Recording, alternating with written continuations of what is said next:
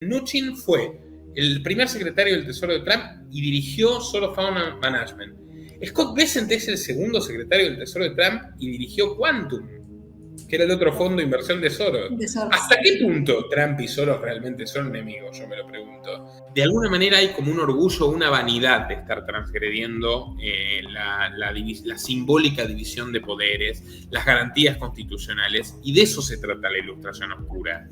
Ahora, el poder que les da la inteligencia artificial a estos tipos que son los dueños de las bases de datos y de las compañías, como Altman, por más que lo disfrace de que es una fundación, etcétera, y detrás de Altman la CIA y quienes estén manejando los hilos realmente, ¿no? Pero permite pensar que esta gente puede intentar un exterminio. Quizás el gran aporte que ha hecho Nicolás G. descubriendo a Yarvin era la pieza del rompecabezas que faltaba para entender que incluso lo que parece ser caos en realidad obedece una lógica preplaneada.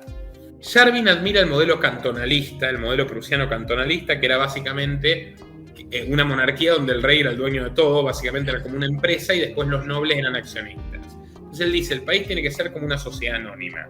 Lo dice abiertamente, pero es un tipo que dice que la religión debe ser utilizada, siendo abierta y explícitamente ateo. O sea, es bien maquiavélico. O sea, él habla de cómo deben instrumentarse las cosas, básicamente de cómo hay que utilizar a las masas tontas para que les concedan la conquista del poder absoluto y les permitan o consientan su eventual exterminio.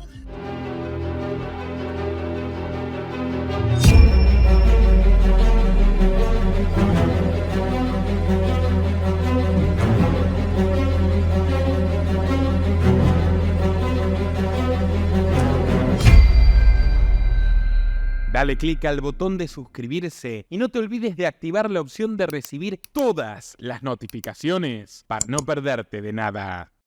Esta nota del 2003 yo la tengo guardada por ahí, que es el aceleracionismo, la teoría en la que creen los nacionalistas blancos de Estados Unidos que conspiran para atacar su red eléctrica. Ojo, Estados Unidos ha visto recientemente una oleada de amenazas de grupos de extrema derecha que se han puesto un objetivo radical: atacar la red eléctrica del país. Su intención no es el simple vandalismo, sino que buscan hacer realidad una teoría llamada aceleracionismo, que tiene como fin último una revolución social con fines nada loables. Las autoridades y expertos en terrorismo, en fin, ahí la sueltan, pero está vinculada a toda esta cuestión oscura sobre la cual me encantaría que Nicolás Moraz pudiera también darnos lo que hasta ahora Guadalupe nos ha estado platicando, su visión acerca de esta dark enlightenment, de este iluminismo oscuro. Bueno, don Rubén, Guadalupe, un placer escucharlos, lo estaba haciendo con mucha atención. Yendo por partes, primero hay que reivindicar a Nicolás Martínez Laje, que tiene esa extraña maldición de que todo el mundo lo confunde con Agustín Laje, que Agustín es Laje con J, y el pobre Nicolás es Laje con G, y no le puede ser más antipática la confusión, o con Nicolás Márquez, peor, que es la versión más derechista, más violenta y prácticamente la pareja espiritual e ideológica de Agustín Laje. No, el nuestro es Nicolás Martínez Laje, y yo le reconozco a Nicolás de Terapia Liberal, gran canal, el descubrimiento de Yarvin, que es un tipo que pasa completamente por debajo de los radares, o sea, no tiene un nombre como puede tener Steve Bannon, pero ni nada que se le parezca. Peter Thiel, que es un tipo que también está discretamente escondido en el entorno de Trump y es uno de los más influyentes y es quien eligió al vicepresidente y es quien trajo de vuelta al redil a Musk y quien lo trajo en primera ocasión allá por el año 2016. Peter Thiel también tiene un perfil más notorio, visible que Curtis Yarvin. Entonces yo venía trabajando en un eje axial de personajes como Elon Musk, Peter Thiel, Bannon, que está peleado con Musk, pero dialoga con Thiel, para entender un poco cómo se configura la estructura del poder detrás de Trump, que como sabemos Trump es un rostro y la maquinaria que domina es otra, y cómo se estructuraron los consensos, quién volvió a acercar a Bezos, a Zuckerberg, a Gates, a la Casa Blanca, o si lo hicieron solos. Y realmente si no fuera por la intervención de Nicolás y el descubrimiento de Yarvin, yo no lo hubiera no lo hubiera encontrado por mi parte. Y cuando uno lo escucha, y escucha lo que viene diciendo este hombre, escribiendo desde el año 2007, las entrevistas 2014, incluso antes de Trump, uno puede comenzar a entender que lo que vemos no es caos, sino parte de un plan muy, muy bien diseñado y que se está traduciendo paulatinamente a la realidad. Yarvin postula que hay que sustituir a la democracia en la que no creo, porque como ustedes saben soy anarquista, pero postula que hay que sustituirla por una nueva monarquía, son neoreaccionarios, similar a la estructura de un gobierno corporativo. Exacto. Yarvin no es el primero en postular algo así, pero dentro de ese entorno de la Ilustración Oscura hay un francés, Valero creo que se llama, tengo que buscar el nombre, que abiertamente dijo, cuando Trump ya era presidente, que tenía que disolver el Congreso, anular la Constitución y que la organización Trump asuma el gobierno de Estados Unidos.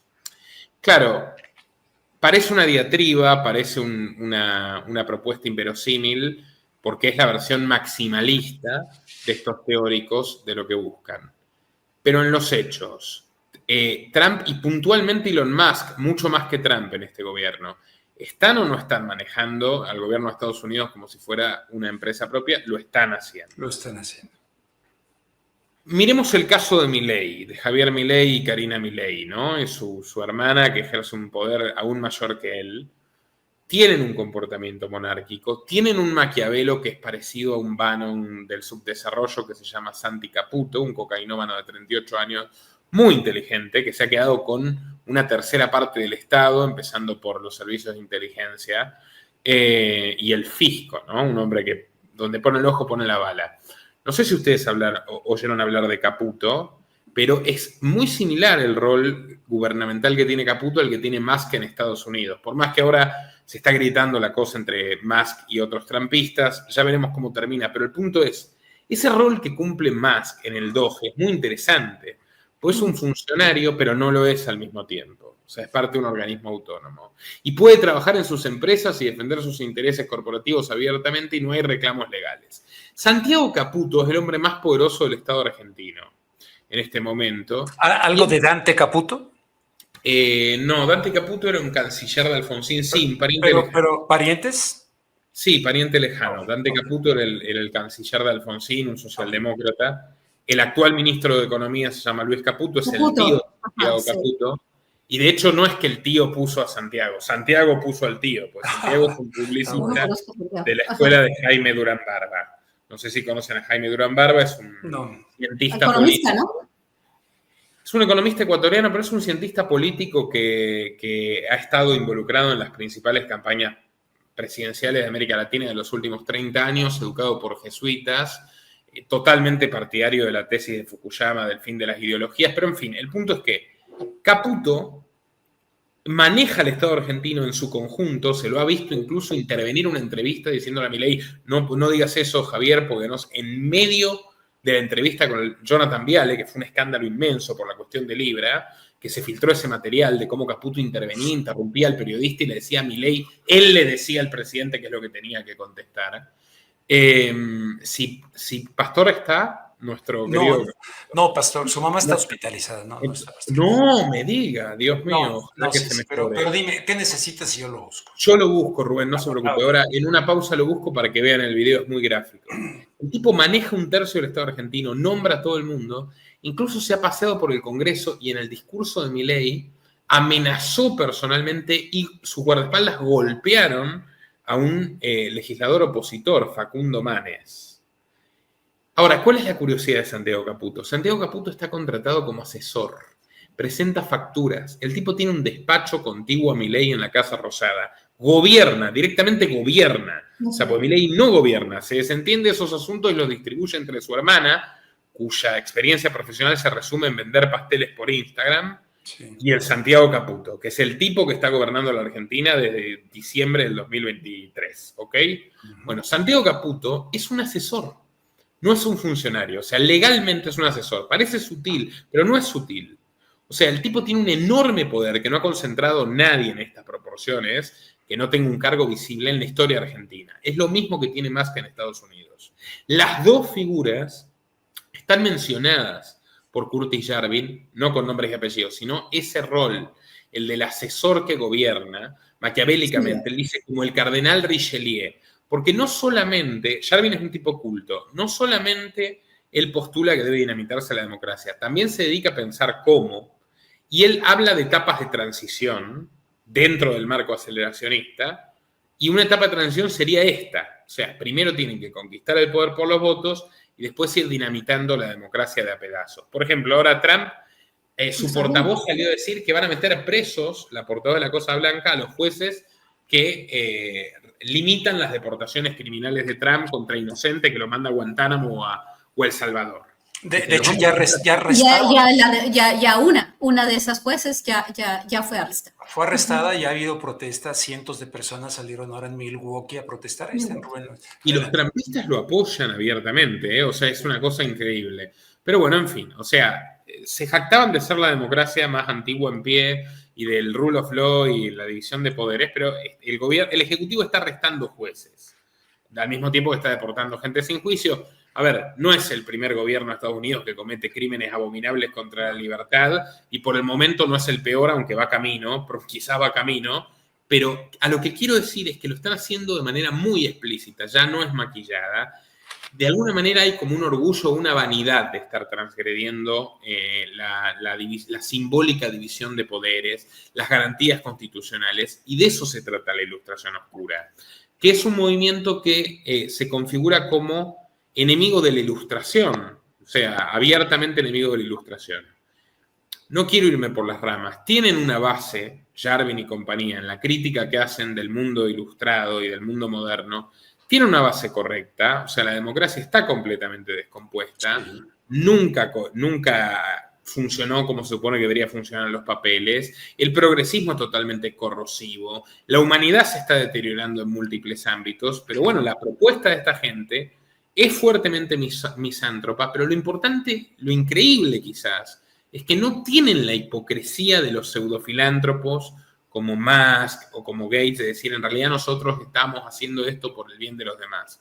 Yarvin y Nick Land, que es su principal socio ideológico, un escritor inglés, se jactan abiertamente de que detestan a la humanidad, apoyan abiertamente la eugenesia, hablan de exterminar a los inferiores en el círculo de ideas de estos personajes nefastos.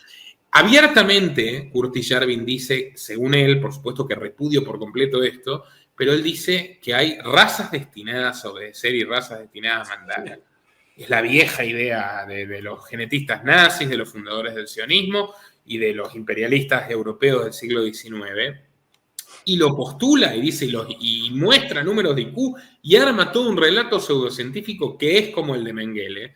Y el tipo no es que no influye, influye mucho. Además es un empresario que tiene una corporación de Silicon Valley llamada Urbit.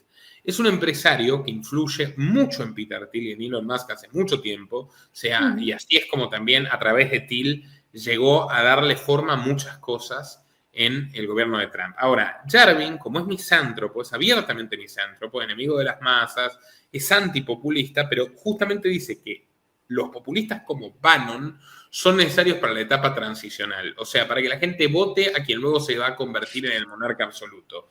Trump, Milley, Bukele. O sea, estas ideas las estamos viendo parcialmente ejecutadas hace unos cuantos años. Yo creo que este año ha sido especialmente intenso. Esto, por ejemplo, de la deportación de los estudiantes por criminales, ¿no? Por delitos de opinión. Está completamente en línea de lo que postula un tipo que influenció mucho a Yarvin y que yo conozco bastante bien, que es Hans Hermann Hoppe.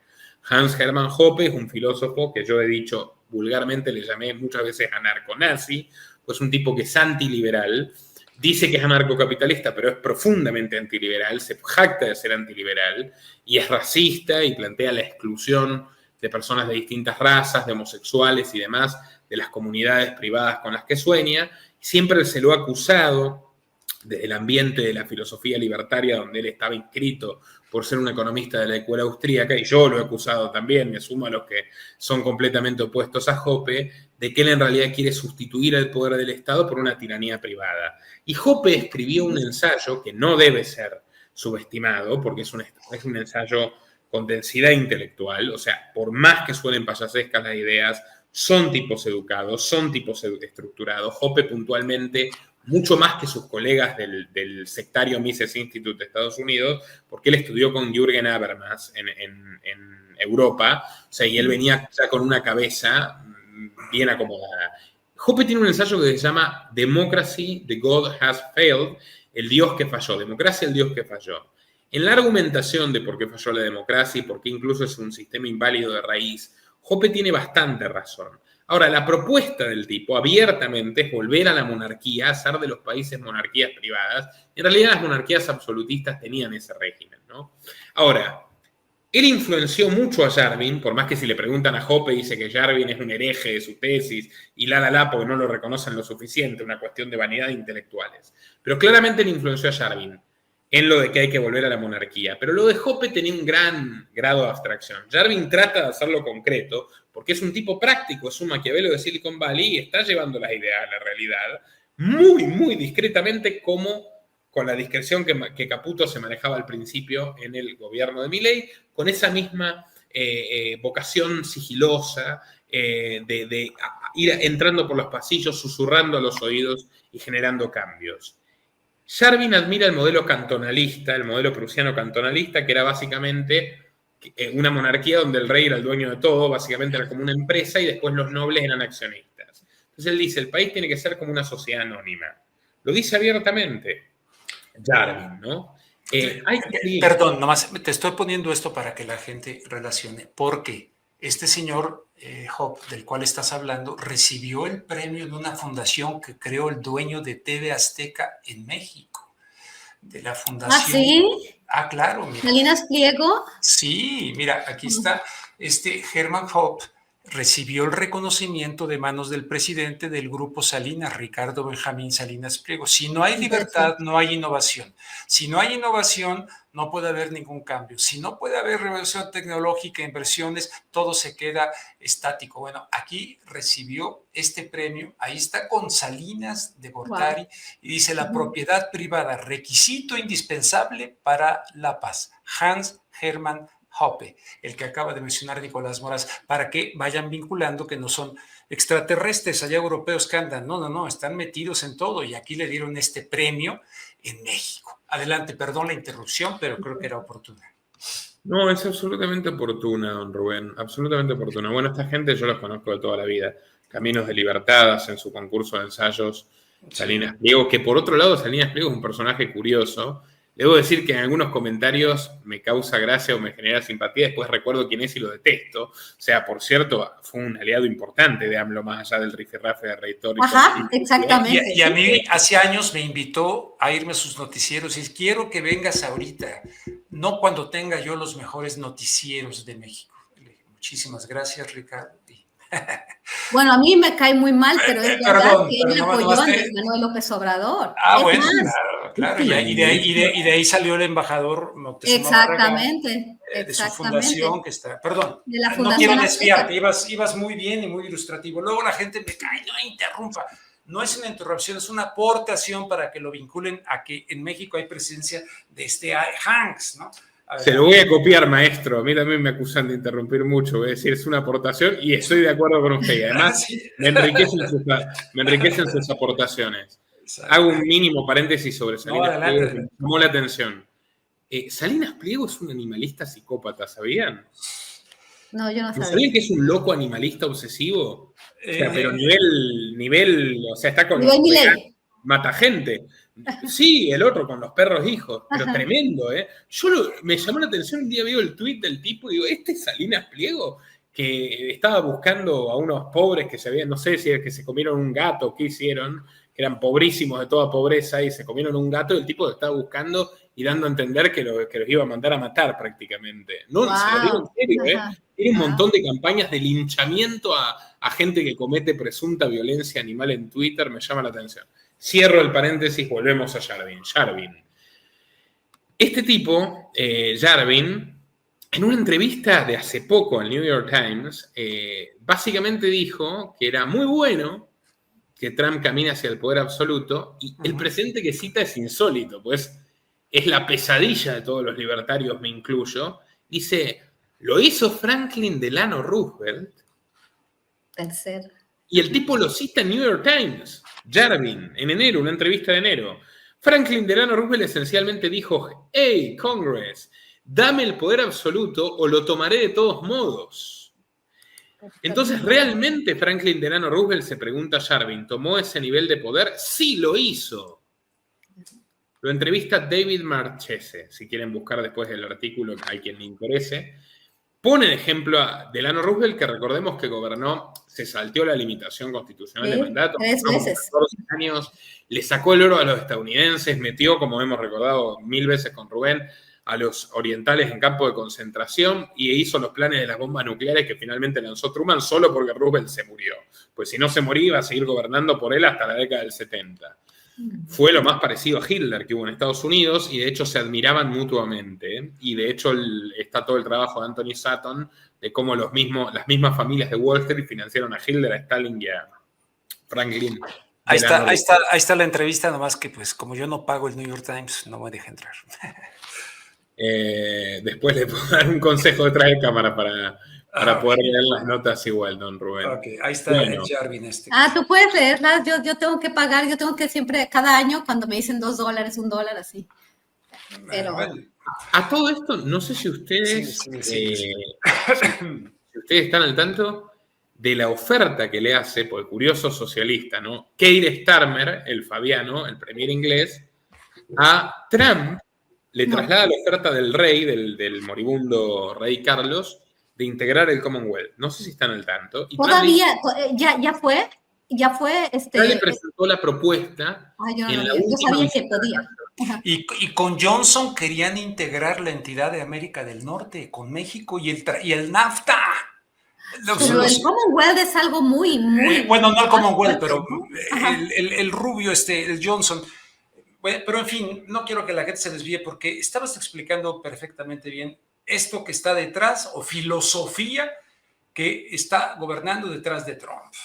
Sí, pero esto de integrar el Commonwealth me parece asombroso porque Thomas Paine, Franklin, Jefferson y Washington se revuelcan todos en la tumba. O sea, literalmente nacieron contra el Imperio Británico y se tomaron muchas molestias más allá de que se convirtieron en aliados muy a regañadientes Estados Unidos e Inglaterra en el siglo XX, pero se tomaron muchas molestias en disimular ese vínculo.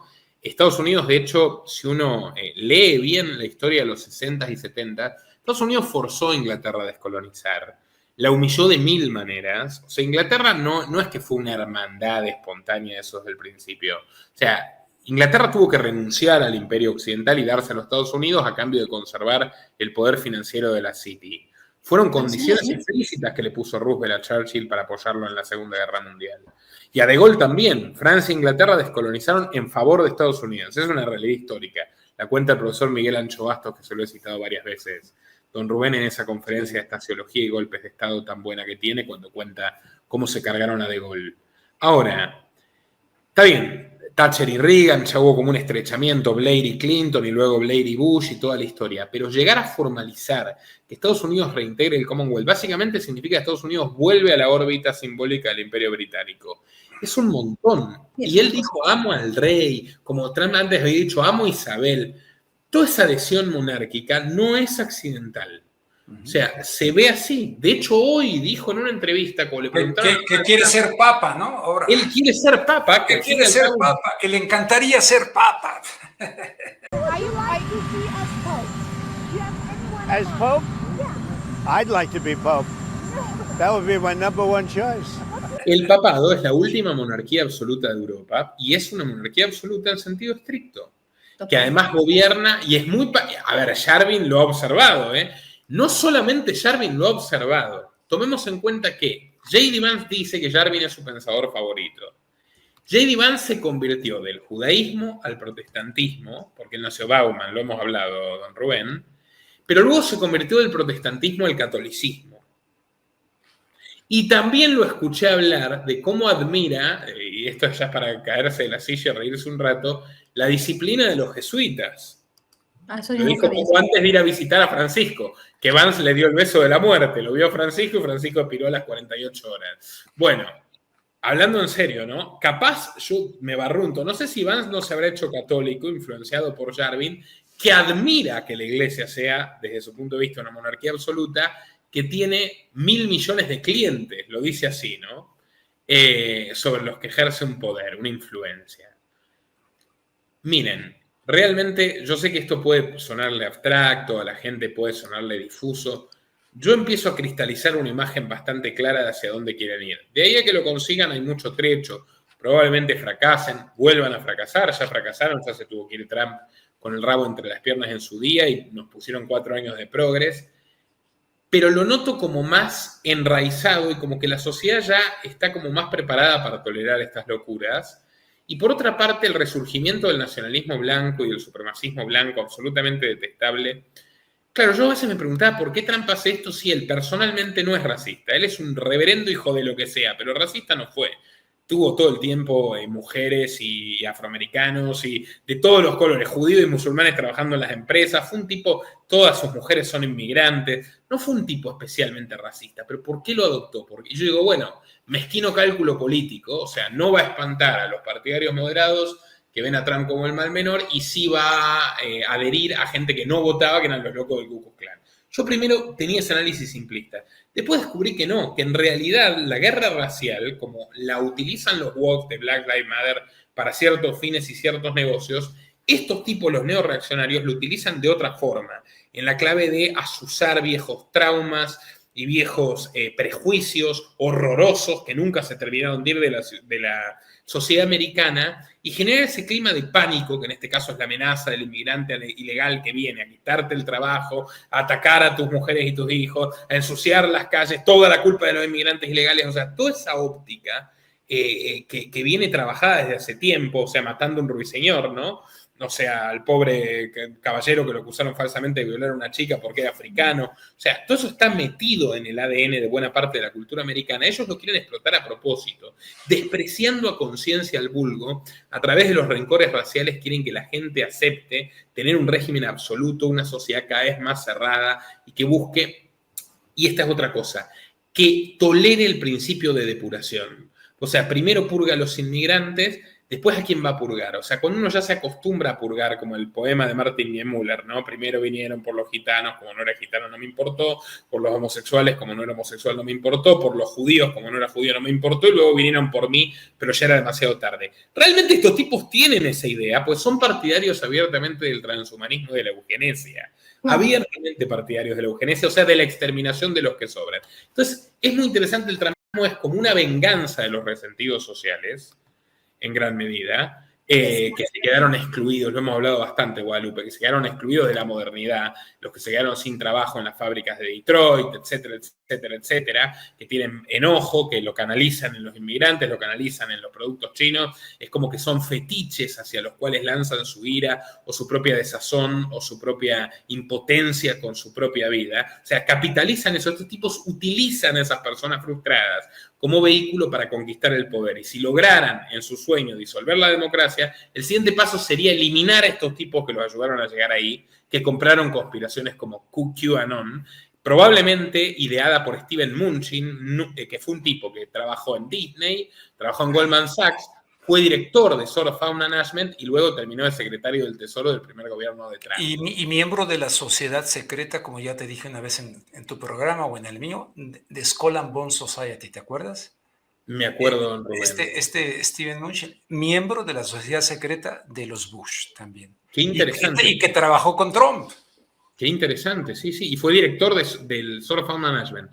Exacto. Ahora, con este dato, una mínima cosa. Este dato, Steven Mnuchin fue el primer secretario del Tesoro de Trump y dirigió Sort of Fund Management. Scott Bessent es el segundo secretario del Tesoro de Trump y dirigió Quantum, que era el otro fondo de inversión de Soros. ¿Hasta qué punto Trump y Soros realmente son enemigos? Yo me lo pregunto. O sea, si en dos gobiernos distintos, los dos secretarios del Tesoro vienen directamente del acervo de George. Guadalupe, perdón. No, quería decirte, siguiendo lo que tú estás diciendo, simplemente es una pregunta, ¿no? A mí me llama la atención que a veces parece ser que ellos son ellos son la reacción a algo, pero que tal vez ellos mismos crearon.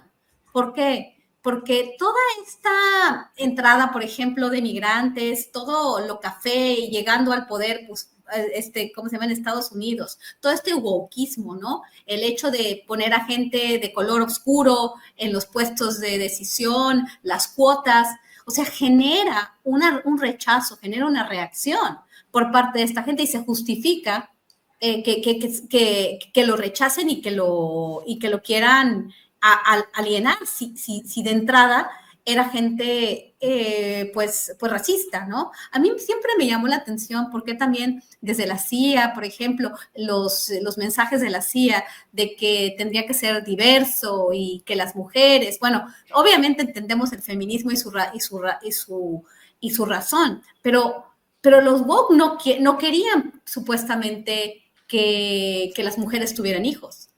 En este momento, el mensaje es completamente distinto. Obviamente, quienes pueden tener hijos es como Elon Musk, ¿no? Elon Musk va a tener hijos con todas las mujeres que pueda, bueno, lo que él elija, ¿no? Él va a tener hijos y va a expandir su semilla y solamente algunos hombres y algunas mujeres pueden reproducirse. Pero todo esto es reacción de algo que ellos mismos plantaron en la sociedad, ¿no? No sé, a mí me parece a veces... Sí, a ver, son dos movimientos de odio, tanto el wokismo, que odia al heterosexual, al caucásico y tal, como el tradicional racismo y esta cosa petulante de detestar al débil y al diferente, básicamente, que es la obsesión que une a los más radicalizados del trumpismo. Pues de hecho yo creo que la gran mayoría de los que votan a Trump no son así, como los Proud Boys y todos estos tipos impresentables, repugnantes, que endiosan a Ku Klux Klan, ¿no?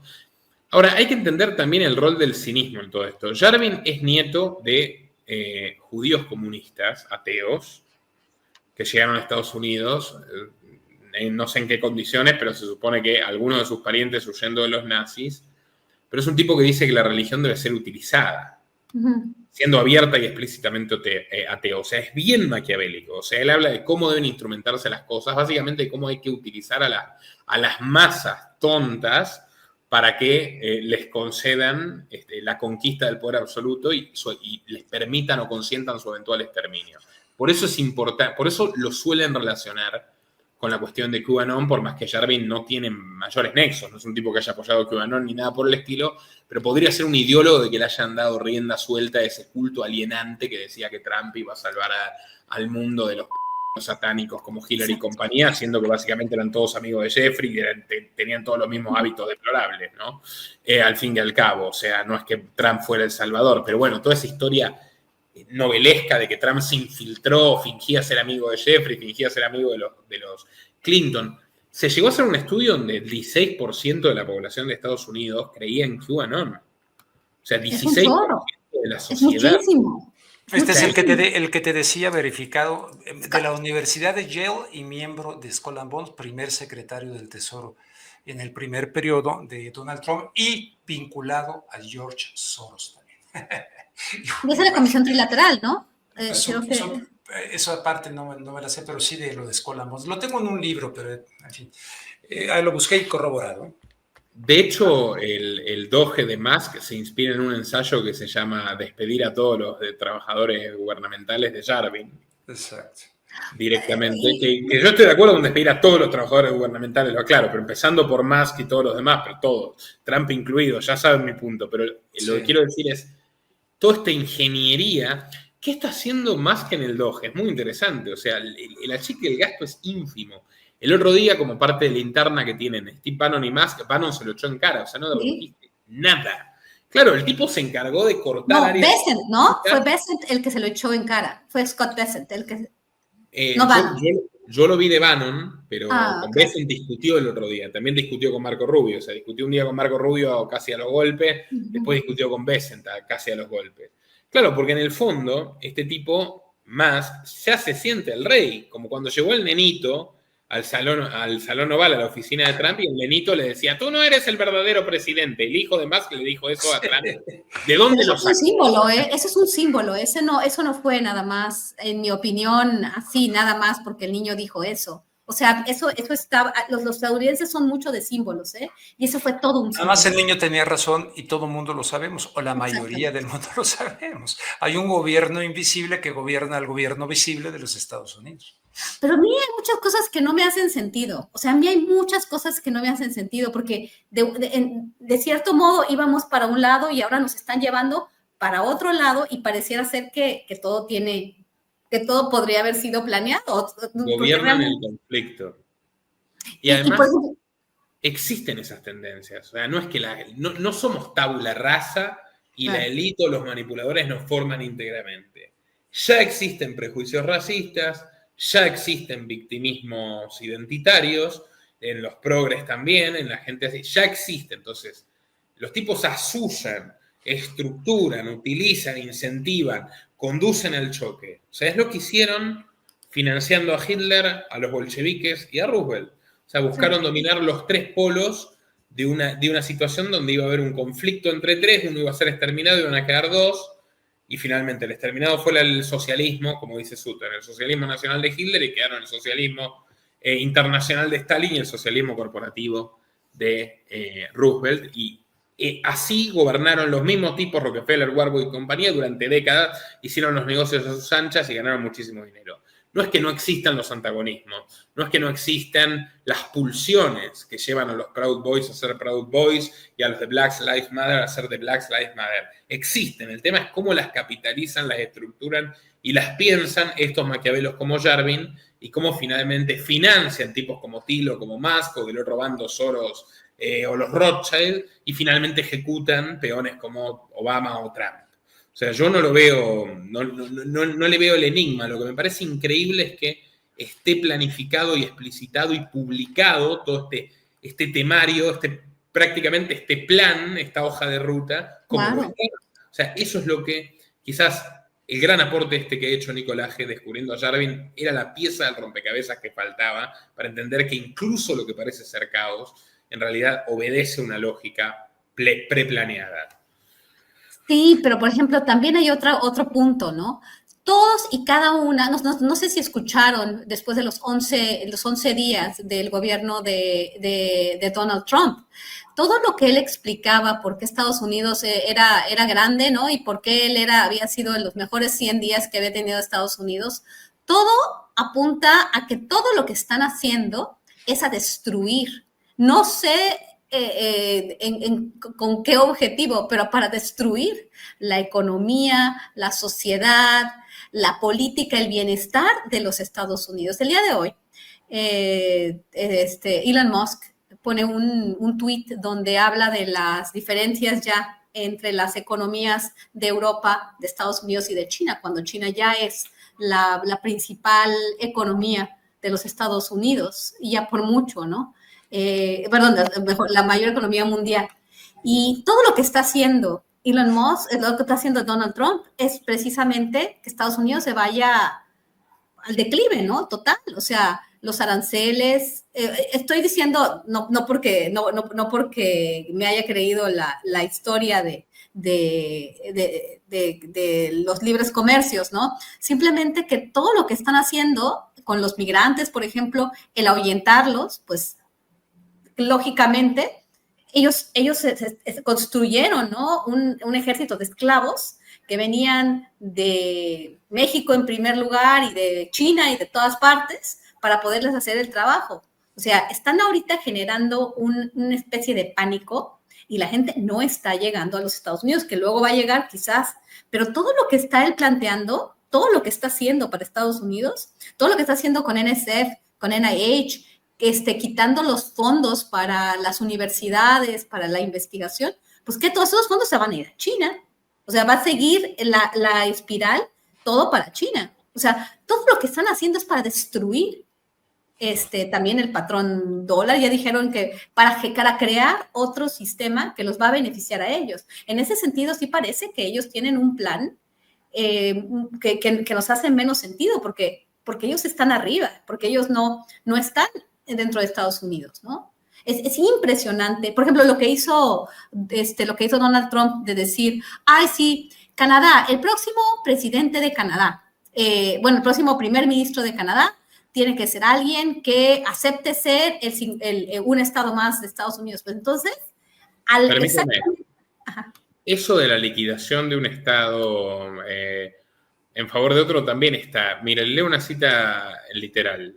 Manifiesto formalista, Yarbin, publicado en 2007.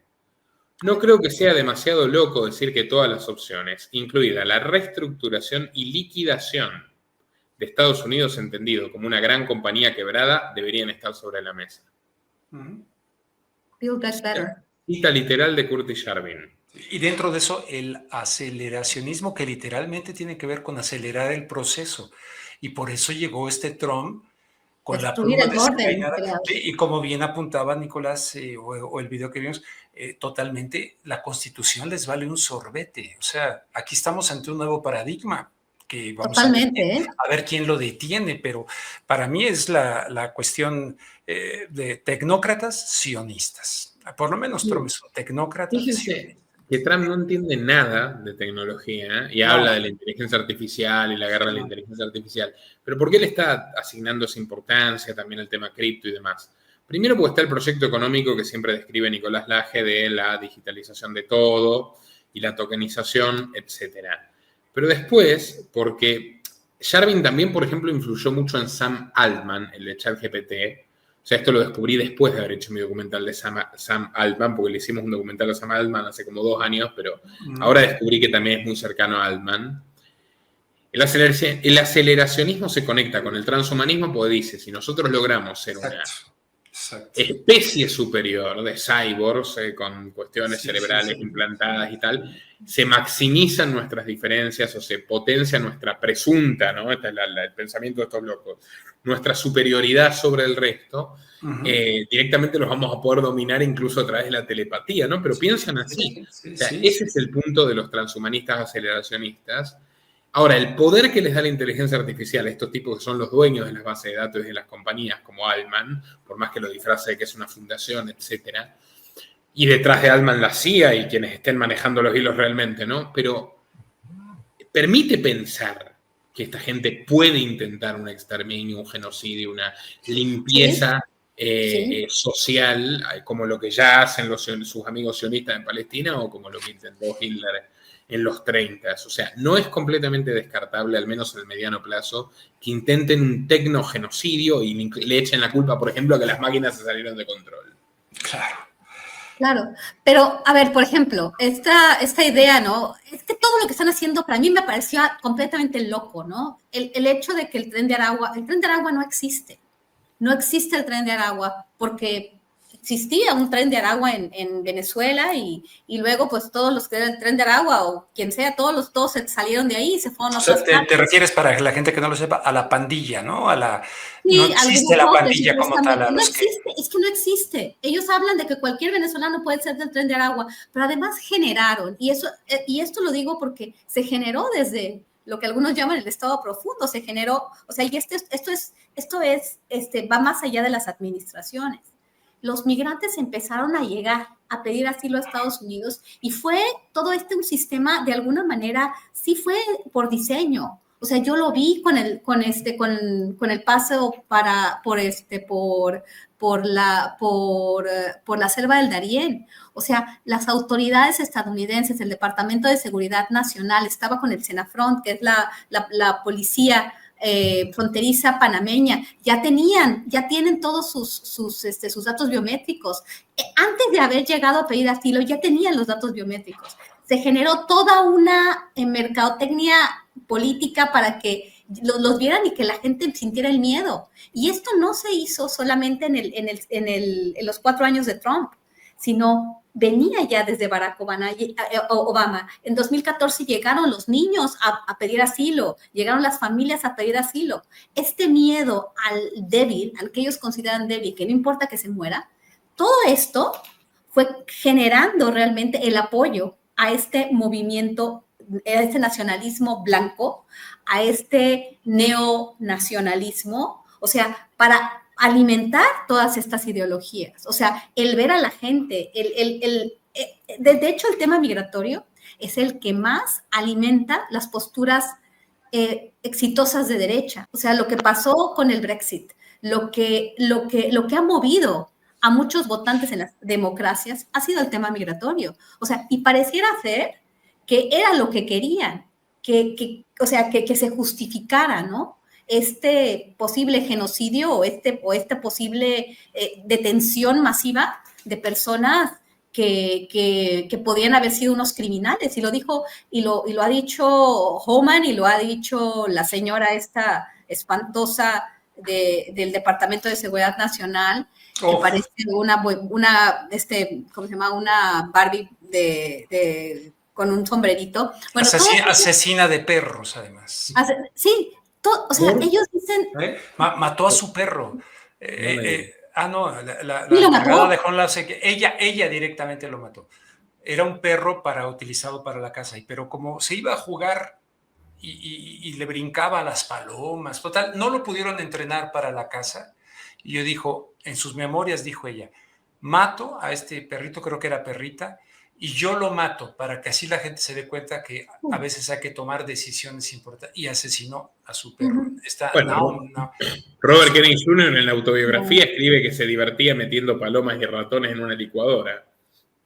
Sí, pura gente que no tiene... Los locos Adams. Unos locos Adams. Pero esta mató al perro, esta mujer, y la que salió con una arma así poderosísima y apuntando. No, sí, es que parece todo que fueran unos payasos, pero están tomando decisiones. Bueno, no sé si ellos lo están tomando, pero ellos están ocupando. A mí lo que me asombra, Lupita y Nicolás, es, bueno, ¿y el resto del mundo qué? Porque decía por acá un senador mexicano, decía, va a llegar el momento, decía Rubén, de que o Estados Unidos terminan con el mundo o el mundo termina con Estados Unidos. De repente parecería este paradigma. Nuestro trabajo depende de tu apoyo. Para que siga siendo posible, realiza tu aporte desde tan solo $3 por mes a través de Patreon, en los enlaces que figuran en la descripción o en el comentario fijado. También podés hacerlo vía Bitcoin o desde la opción Unirte de YouTube. Y si estás en Argentina, elegí el medio de pago de tu preferencia a través de Mercado Pago. Quienes nos apoyen en Patreon a partir de $5 mensuales tendrán acceso a análisis, entrevistas, conferencias y documentales exclusivos. También tenemos opciones para sponsors. Así que publicita con nosotros a través de patreon.com/Nicolás Moraz.